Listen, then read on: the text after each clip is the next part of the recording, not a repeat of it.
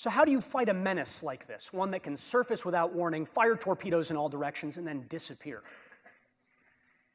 The British began, in particular, to try to find a solution through new technologies.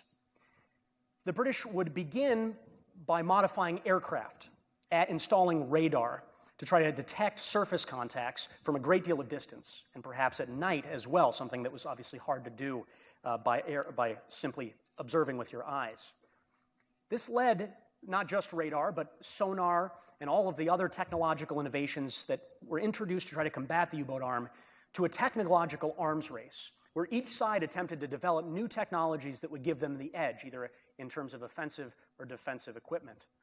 So, for instance, the introduction of radar led the Germans to respond with a radar detector, as well as soundproofing the hulls of their ships in 1940. In response, the British began the mass use of the Hedgehog, which was an anti-submarine mortar that would allow its defending vessels to shoot a great deal of distance, a depth charge, rather than simply rolling them over the side. This, of course, made U-boats much more vulnerable from greater distance. In response, the Germans began to introduce more reliable, longer-range acoustic torpedoes, one that could hone in on the sound of a ship's engine.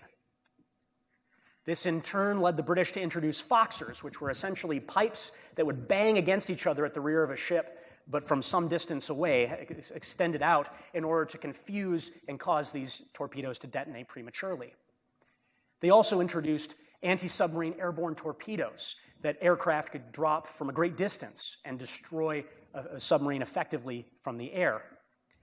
And this challenge in particular, the growth and success of aerial innovations at sinking submarines, placed a great deal of strain on the German Navy.